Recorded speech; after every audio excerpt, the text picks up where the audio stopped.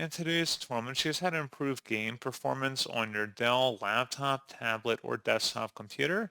So this should hopefully be a pretty straightforward process here, guys. And without further ado, let's go ahead and jump straight into it. So all you have to do is open up the search menu and search for settings. Best result, you come back with settings. Go ahead and open that up. Select system on the left panel, and on the right side, select display. And then scrolling down underneath related settings, select graphics. And then where it says optimization for windowed games, go ahead and toggle that's the right to enable, and that's what you have to do.